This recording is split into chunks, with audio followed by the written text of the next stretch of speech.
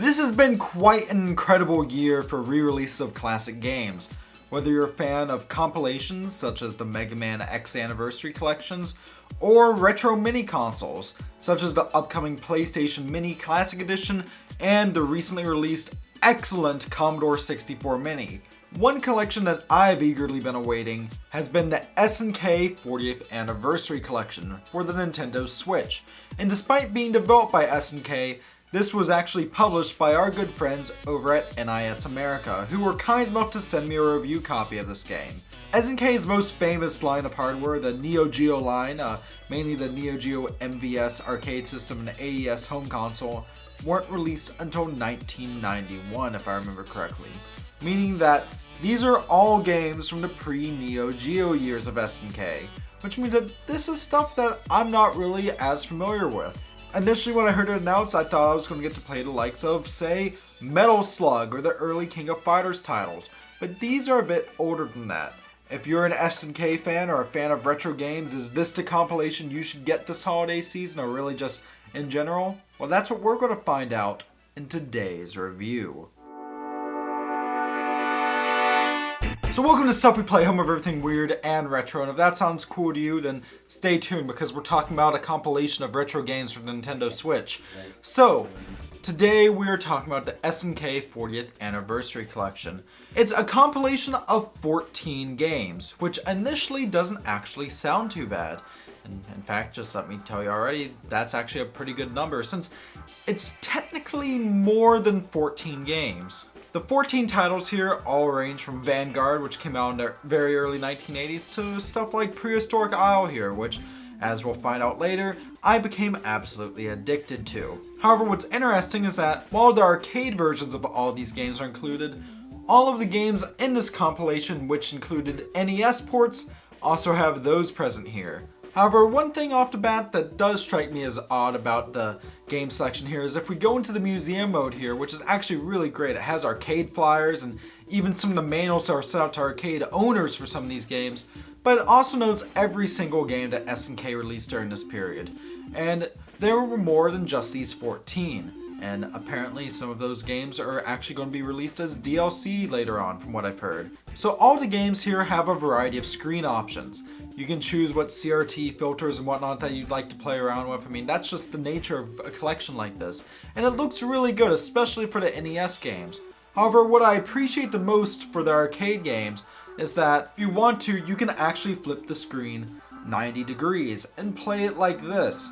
I know there's a Joy-Con grip for vertical arcade games like this because quite frankly, playing your Nintendo Switch in this mode right here is the perfect way to play some of these classic arcade titles. Let's go through the list of all 14 games, and I'll kind of give a quick blurb about each of them as we go through them, and I'll also make note of whether there's an NES port included or not. First things first, we have Alpha Mission, which is a vertical shooter, and actually a really fun one. It also has an NES port though, and it's weirdly enough, I think I like that version better, though both are rather solid. Second off, we have Athena, another arcade game that also has an NES version, and this is the only 2D platformer here.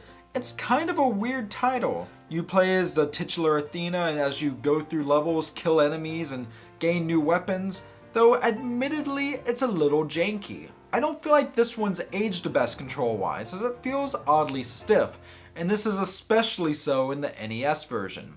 Next up though, is a game that was actually NES exclusive, Crystalis, which is kind of an overhead Zelda clone, though I guess a bit more action-packed than your typical Zelda, if that makes sense. Crystalis is more concerned with traditional RPG elements, such as magic and leveling, and it's a lot of fun. It's definitely a game that I'd call an NES hidden gem, and to be honest, I feel like this is the best way to play it. It just looks and plays really well on the Switch, and plus I don't see it making its way to Nintendo's NES app anytime soon. The next game we come to though is Guerilla War, a game that was released both on consoles and in the arcade that for some reason features Fidel Castro, and this is an overhead run and gun shooter. Now, of 14 games featured here, this genre is by far the most prevalent.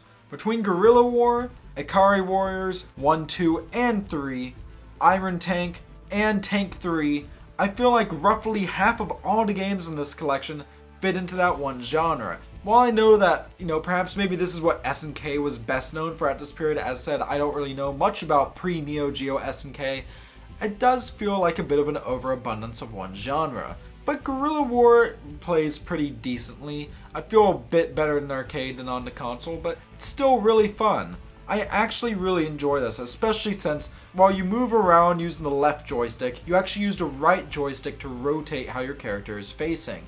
Next up is another really famous title from this period in SNK's history, Ikari Warriors. I'll be honest, I was never huge on Ikari Warriors. It plays well enough in the arcade version, but the NES version is quite frankly atrocious. In fact, that can be said about the NES versions of all of the Ikari Warriors games. Ikari Warriors 2 Victory Road sets itself apart a bit more than its predecessor though. It starts off in space, you're fighting aliens and really some weird Lovecraftian looking beasts. This one actually is pretty fun, even though it's running on a modified version of the same engine as the first game. But the best of the three Ikari Warriors games is definitely Ikari 3. Not Ikari Warriors 3, just Ikari 3. The sprites are bigger, it's better, and if you don't have any weapons on, you can just kick the crap out of enemies. It's satisfying. There's Iron Tank, a World War II based game where you guessed it, you're in a tank, and this one is arcade only. We have POW, which is actually a side-scrolling beat-em-up. This one was both on the NES and in the arcade. And while it's cool to see a beat-em-up on the NES, it doesn't play exactly well. Mighty Final Fight, this is not. However, the arcade version of POW is actually pretty fun. I don't think it'll grip you for too long unless you really have a thing for early beat-em-ups, and I'll be honest, it does have a little bit of jank to it, but it's still fun. I still quite enjoyed it myself. Prehistoric Isle, I'll admit, is a game I was unfamiliar with the existence of before I played the SNK 40th Anniversary Collection. And that's a shame because it's extraordinary. It's a horizontal shoot-em-up, the only one in this collection, sans Vanguard. And you take control of a little biplane as you go to an island and have to shoot down dinosaurs. There's stages in the sky, going through forests, and even in the ocean. The battles are huge and the sprites are big and beautifully just animated. Prehistoric Isle is addicting, and I've actually beat it 3 times already. Granted, that's probably not saying much. This is an arcade collection. You have infinite continues. It's more so a war of attrition, but it's still fun. And it's honestly one of my new favorite horizontal shooters.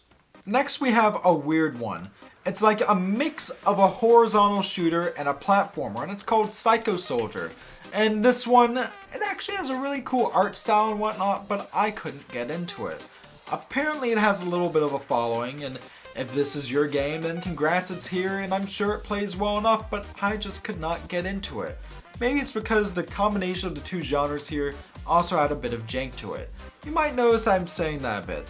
A lot of the games here feel a bit janky or stilted, and I understand that's because this is SNK's early years. They really honed things down during the Neo Geo era. But, as I've also shown so far, I hope, there's still a lot of fun to be had. And that can definitely be seen in titles such as the aforementioned Prehistoric Isle. One game that's not very good, however, is Street Smart. Street Smart is a fighting game type thing, and I would put it on par as the original Street Fighter. Not Street Fighter 2, the original one. Fighting Street, if you've heard of that one. Which is to say, I'm sure it was revolutionary for its time, but it's really not that fun to play. Tank 3, however, is another game where you play as a tank. Oh, okay. Granted, this one's actually a lot of fun. I'm not giving it enough justice because there's been so many games in this style in this collection, but it is fun. Now, one thing that's interesting is Tank 3 is actually just called Tank in Japan. And how do I know that? Because something I haven't mentioned yet is that every single game on here actually has their Japanese version present. But then we get to the final game in this collection.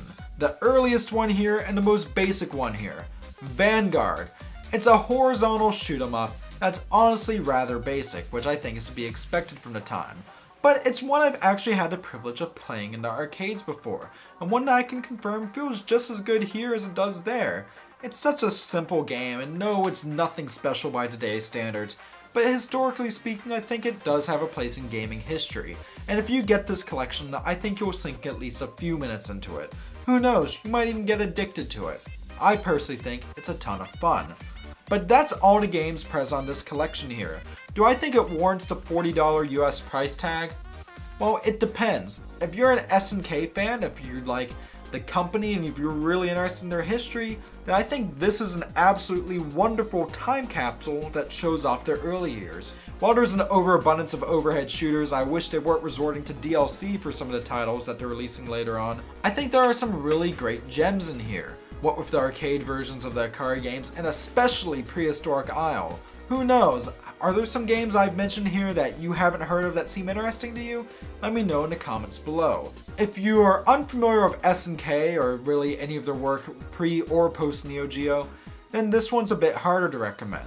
Though they're adding games later on via DLC, I'm glad that none of the initial games on here are forcing you to, download them via a download code. Plus, you get 14 classic games on a Switch cartridge. I think that's going to make us retro gamers really happy.